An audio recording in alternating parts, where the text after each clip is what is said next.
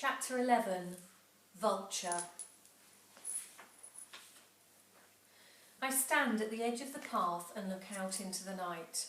I have to cut across the grasslands to get to the vulture tree. I'll be exposed, with no houses or trees for cover. I know Mum would warn me about the wild wolves and leopards, but now is not the time to follow the rules. I have to meet Mum. I tighten the bag around my back. The tree is in the distance, rising high above the bushes. I see the dark shapes of two huge vultures in the branches. As I get closer, they flap their wings, annoyed at being disturbed, before settling back down to watch me with their beady eyeballs. "Mum," I whisper. There's no reply. My stomach turns. I was hoping that she would already be here. I look into the black fields. Did anyone see me? I don't feel safe on the ground. I bend my knees and jump as high as I can. My fingers close around a branch and for a moment I hang before heaving my other hand up. I've climbed up here a million times before with Sam. I can do it by myself. I walk my feet up the trunk and manoeuvre them over a branch. I shuffle along until I'm leaning back into the trunk. From up here, I can see the dimly lit windows in town. I stay as still as I can, straining my ears for the whoosh of movement through the grass. In the distance, military trucks light snake up the road. Above me, a vulture gives its rasping cry. The last time I was here, Sam whistled the vulture call and they flew to him. "Sam," I whisper hopefully. "Was that you?" There's no reply. I hold the Dalai Lama photo and hug the bag, wondering how many laws I'm breaking. I unbutton the top of the backpack and pull the leather bag open. My fingers close around a prayer bowl. I move it aside and my hand brushes against papers. I lift them out and gather them in my hands. The Snow Lion. Dad's secret leaflet for the resistance. I can just about make out the headings. News and teachings. It's too dark to read the rest. My attention drifts.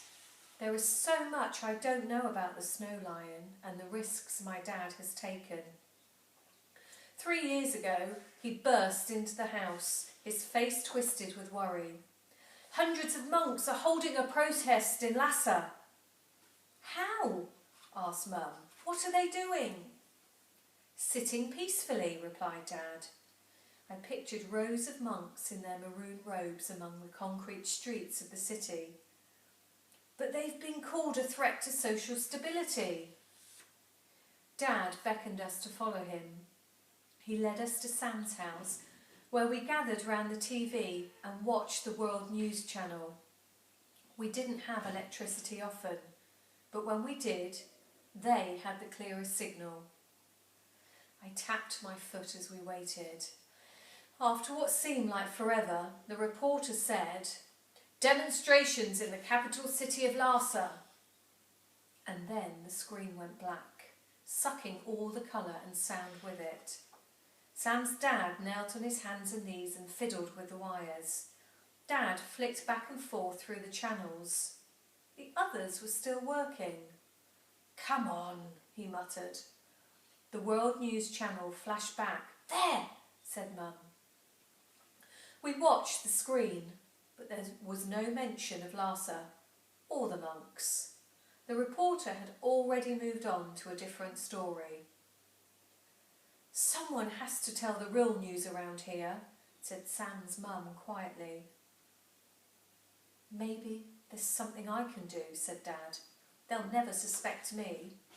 We could use the secret resistance to find out what's really happening," said Sam's dad. Dad nodded slowly. I thought Mum would be worried, but she took his face in her hands and said, "I'm proud of you." From then on, Dad used the leaflets to write the truth. our truth. I chew my cracked lips as I remember. My throat is raw, craving water. I must have been here for hours. I think of the Dalai Lama and how he can sit in the same position meditating for hours. The longest I've been able to do it for is 13 minutes. There's still no sign of Mum. I twist my turquoise ring back and forth nervously. What if she needs my help? I think about tying my jumper to a branch, but it's too cold. I feel for my middle finger and slide off my ring. When Mum gave it to me, she wrapped red string around the metal to make it fit. I bite a strand with my teeth, unravel it quickly, and tie it to a branch. The ring dangles, swinging back and forth in the breeze. The silver glints in the moonlight. She couldn't miss it. Chapter 12. Ransack. The first thing I notice is the door, hanging by one hinge. My hands tremble as I push it and duck inside. I can faintly smell smoke from the fire as I drop my backpack to the ground. I whisper, pushing past the knocked-over bench and rushing to the cupboard where she hid. My fingers close around the metal handle and I tug it open. It's empty. Dad? I say, are you in here? There's no answer. I reach into my drawer, hoping to find our yak bell. I feel around the corners. It's gone. I check under the bed. They have to be here somewhere. I hunt for matches and a butter candle. My fingers close around one and I light it with shaky hands. I spot Mum's fleece scarf half buried in a pile of blank papers and Dad's writing pens. It's ripped and torn, but still soft, and it smells of fresh dough, just like she does. Where are they? The door creaks on its hinge. The soldiers must have come back for me. I blow out the candle, spilling the hot wax down my hand. There's a crunch. A shoe crushing glass underneath it. The footsteps get closer. Tash, you here? Sam? I ask, lifting my head. Tash! Sam runs over and kneels next to me. Are you hurt? He shines a torch in my eyes. I let out my breath. Sam is the only one I can trust now. Seeing him reminds me that I'm not alone. He grabs my hand, squeezing it tightly in his. They're gone, I say, blinking. I saw the army push them into the truck, he says. I thought they had you too. I ran away. I shouldn't have left them. They would have wanted you to get away, he says. I remember the photograph of the Dalai Lama. I slip my fingers into my pocket and feel it filling me with strength. I pull it out and stare at his happy face. I have to do something to help. Think, Tash, think. The Dalai Lama stares back at me. If there's one person who would know what to do, it's him. He's my glimmer of hope. I'm going to India, I say. What? asks Sam. I'm going to India to see the Dalai Lama, I say, passing the photograph to him. What can he do? Sam rubs the picture with his hand. He's the leader of Tibet, I say. He has to help. He hasn't been here for 50 years. He won't be able to do anything from India. Please, I say. I can feel it. If we can just make it to him, he'll get them out. Sam nods slowly. It's too dark for me to read his face. I've heard of people walking to India before, he says, but it takes weeks, maybe months. That's too long. I know the stories. People starve to death in prison. They mysteriously disappear. I can't think about what might happen to Mum and Dad. The longer they're there, the less chance there is of getting them out.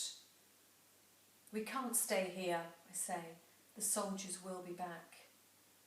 Gather anything we might need, whispers Sam. It will be a long journey.